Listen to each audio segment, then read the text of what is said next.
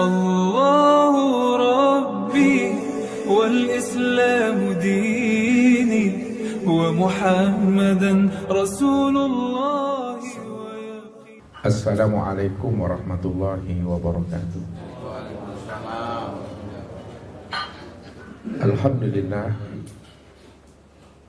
Alhamdulillahilladzi nawwara qulubana binuri ma'rifati wal yakin wa adkhilna ma'al awliya'i wassalihin.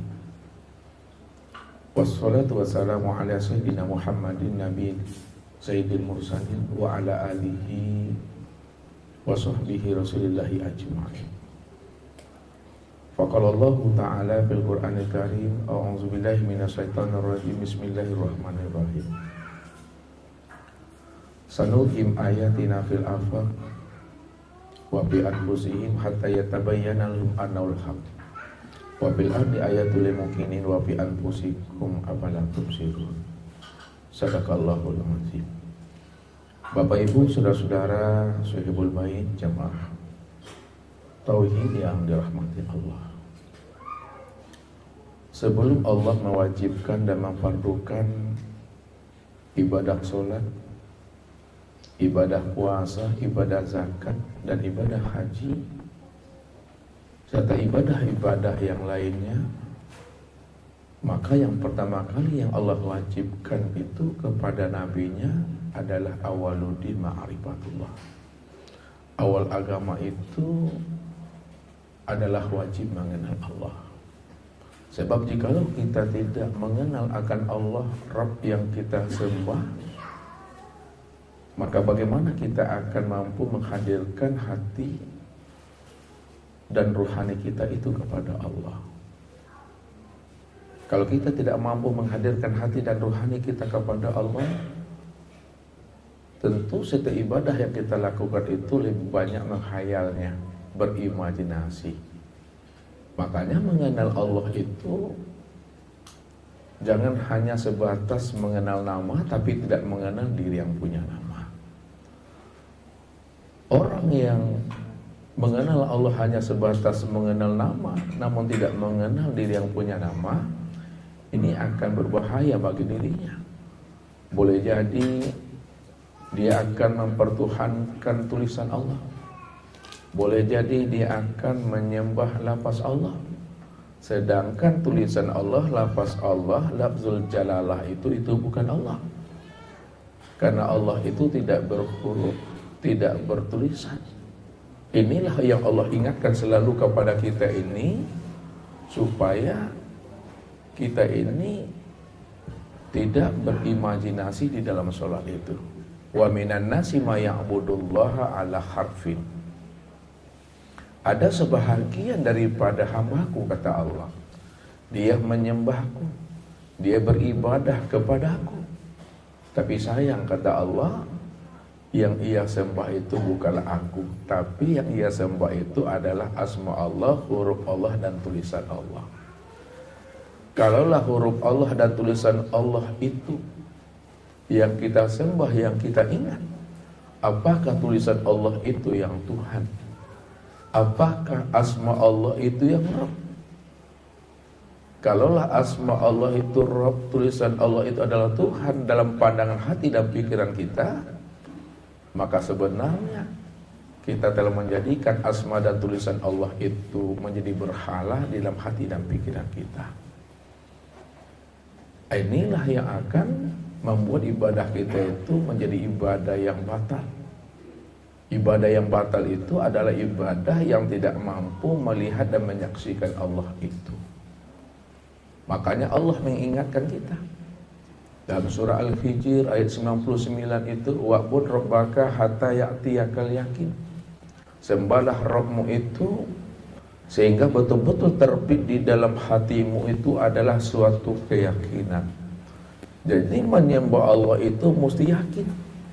Kalaulah kita menyembah Allah itu mesti yakin, lalu yang dikatakan yakin itu yang seperti apa, kata Rasul? Yang dikatakan yakin menurut Nabi itu, Bapak Ibu, al-yakin al-imanu kulluh. Yang dikatakan yakin itu adalah iman yang sempurna. Kalaulah yakin itu adalah iman yang sempurna, lalu iman yang sempurna itu yang seperti apa? Iman yang sempurna itu kata Rasul, al-iman an tu'minu bi ru'yatillah. Di mana kamu betul-betul telah menyaksikan akan Rabbmu itu. Maka makna ayat itu secara makna hakikinya, wa'bud rabbaka hatta ya'tiyakal yakin. Sembahlah Rabbmu itu sehingga kamu betul-betul menyaksikan akan Allah yang kamu sembah. Inilah penyembahan yang tidak lagi penuh dengan imajinasi, khayalan, dan renungan. Kenapa? Karena memang dijelaskan al-ismu wal musamma wahid. Nama dengan diri yang punya nama itu satu. Kalaulah nama dengan diri yang punya nama itu adalah satu, itu artinya tidak akan pernah berpisah cerai antara nama dengan dirinya. Nah, kalau tidak pernah berpisah cerai antara nama dengan dirinya, maka ketika disebut sesuatu apapun, jelas wujudnya, jelas orangnya. Ustaz selalu contohkan kepada kita, kalaulah kita sebut namanya Mik, ini orangnya, ini wujudnya. Disebut namanya Api, ini orangnya, ini wujudnya. Disebut namanya tuh gelas, ini wujudnya, ini orangnya. Ya. Tidak mungkin, ya, namanya di barat, orangnya ke timur. Dia tidak akan pernah berpisah cerai. Ketika kita menyebut Allah, yang mana wujudnya, yang mana orangnya. Makanya pengabdian kita kepada Allah itu betul-betul pengabdian telah menyaksikan. Pengabdian yang telah bermusyahadah. Ini yang disampaikan oleh baginda Rasul melalui hadis ihsan itu. Anta'budallaha ka'annaka tarahu fa illam takun tarahu fa innahu yaraka. Sembahlah olehmu Allah itu seolah-olah kamu menyaksikannya. Makna ka'annaka itu sebenar-benarnya. Sembahlah olehmu Allah itu sebenar-benarnya kamu telah menyaksikan Allah itu. Fa in lam takun tarahu.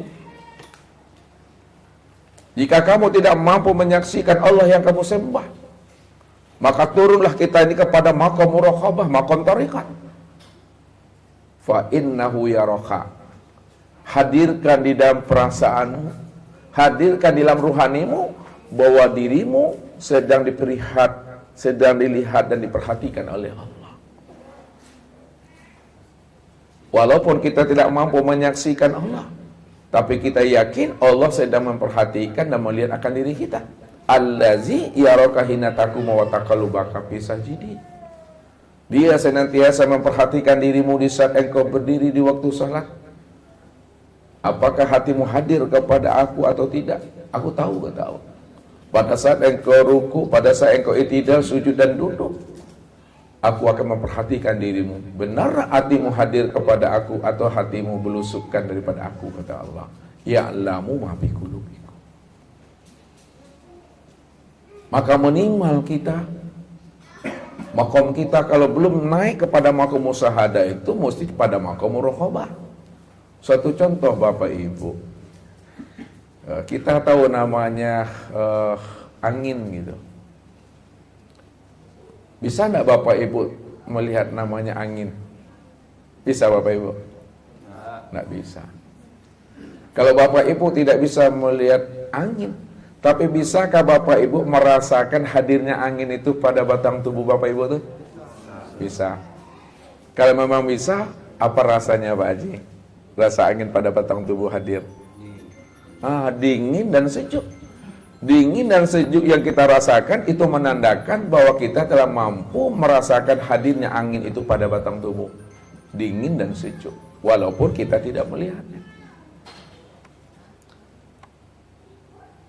Bagaimana kalau kita memahami ya, kehadiran Allah itu pada diri kita? Walaupun kita tidak mampu memandang dan menyaksikan Allah pada maqam muraqabah ini, Tapi bisakah Bapak Ibu merasakan hadirnya Allah itu pada diri? Kalau angin dingin, sejuk, tapi hadirnya Allah itu pada diri Pak Haji, bagaimana merasakannya? Rasa nano-nano, Pak? Jadi, walaupun kita tidak mampu memandang dan menyaksikan Allah itu, tapi kita mampu merasakan hadirnya Allah itu pada diri. Bagaimana Bapak Ibu merasakan hadirnya Allah pada diri? Untuk merasakan hadirnya Allah pada diri, itu yang sebut namanya hayat itu. Hidup itulah yang sebenarnya hadirnya Allah itu pada diri. Kalau tidak ada hayat pada diri kita, tak ada hidup pada diri kita. Tak sabi orang wak Bapak Ibu, le orang lah. Tapi sabi bangkai mayat jenazah. Siapa hayat itu yang sebenarnya? Jadi kalau Bapak Ibu ingin tahu siapa hayat itu sebenarnya, tunggulah pesan-pesan berikut ini.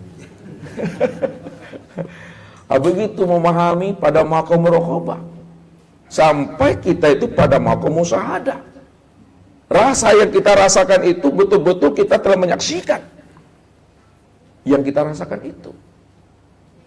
Sehingga iman kita itu tidak lagi iman pada permainan kata, bergelut-gelut di bibir.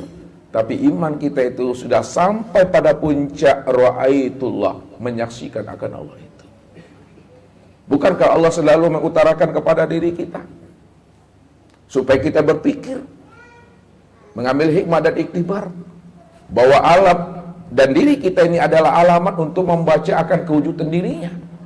Sanurim ayatina fil afaq wa fi anfusihim hatta yatabayyana lahum annal haq wa fil ardi ayatul lil mukminin wa fi anfusikum afala tubsirun.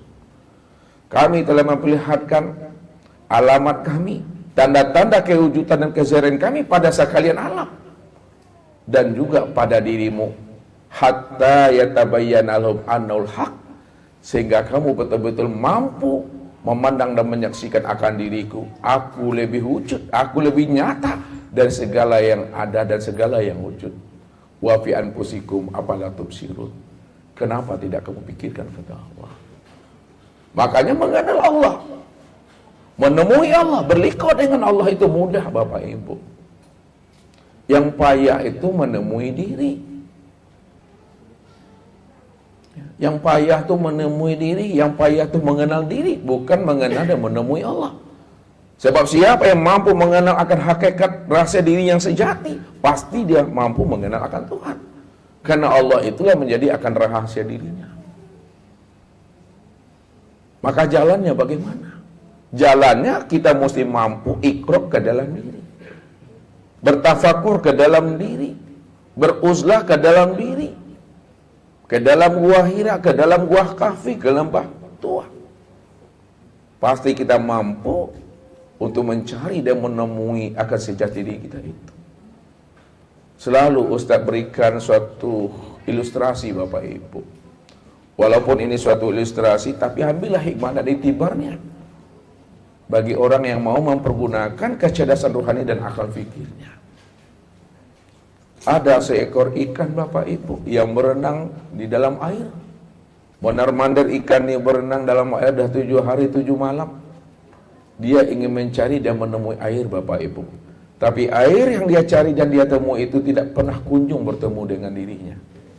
Pada saat dia melintasi temannya yang bernama tunggul kayu yang ada di dalam air itu. Ketika itulah tunggul kayu tadi itu heran melihat temannya ini daripada bahasa tubuh saudaranya tadi ikan. Pada saat itulah tunggul kayu tadi bertanya kepada sahabatnya, "Wahai sahabatku ikan, aku sudah memperhatikan dirimu 7 hari 7 malam. Saya yakin melihat bahasa tubuhmu engkau ada mencari sesuatu. Tapi apa sebenarnya engkau cari itu, wahai saudaraku ikan?" Apa kata ikan tadi? "Wahai saudaraku tunggul kayu, aku sebenarnya 7 hari 7 malam ingin mencari dan menemui air. Tapi air yang aku cari dan aku temui itu tidak pernah kunjung aku jumpai dan aku temui." Karena temannya ini paham dan mengerti air itu tidak di mana-mana.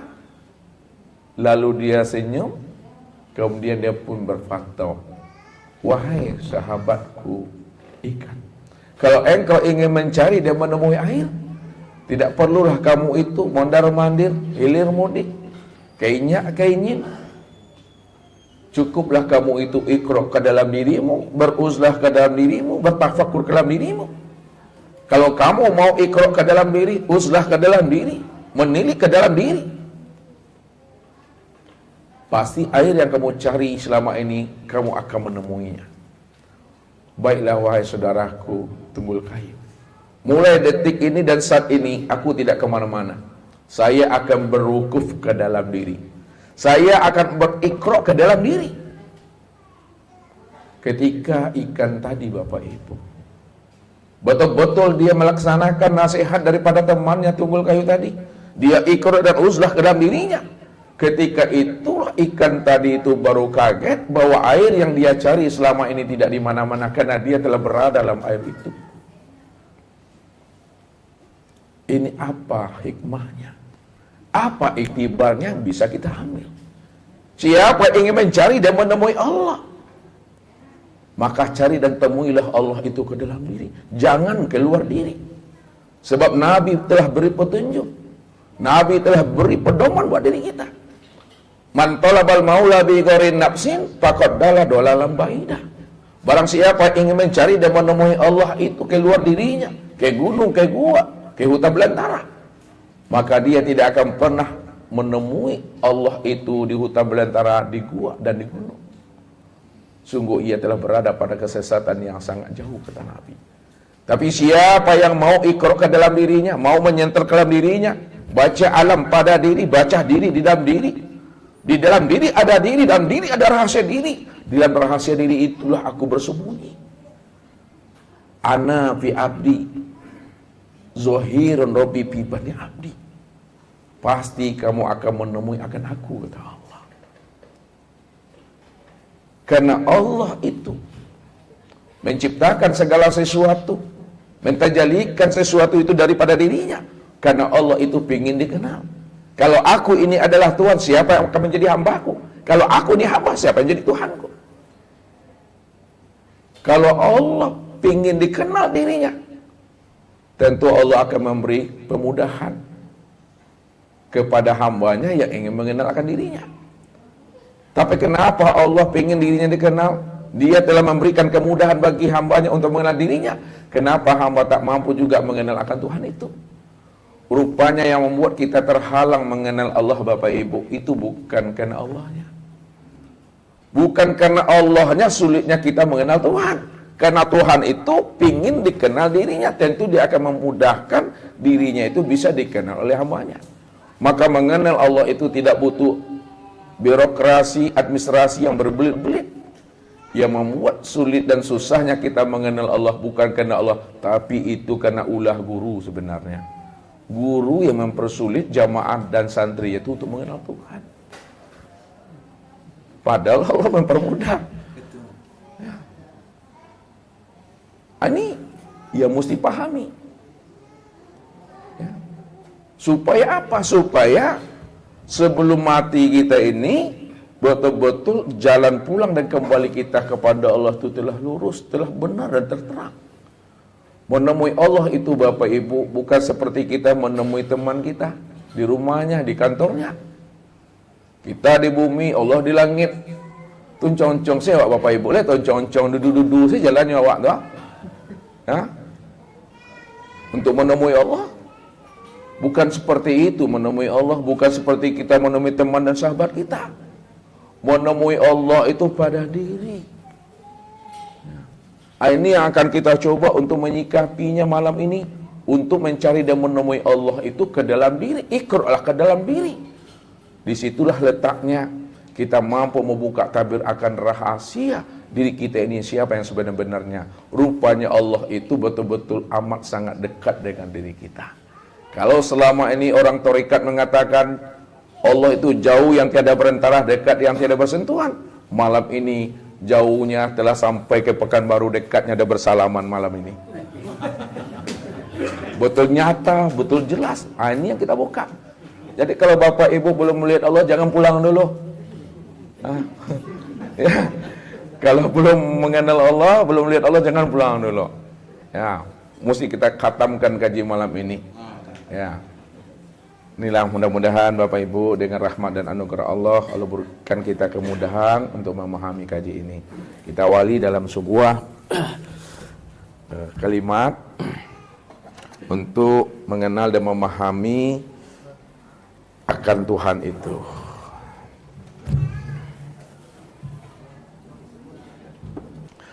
Awaludin ma'rifatullah.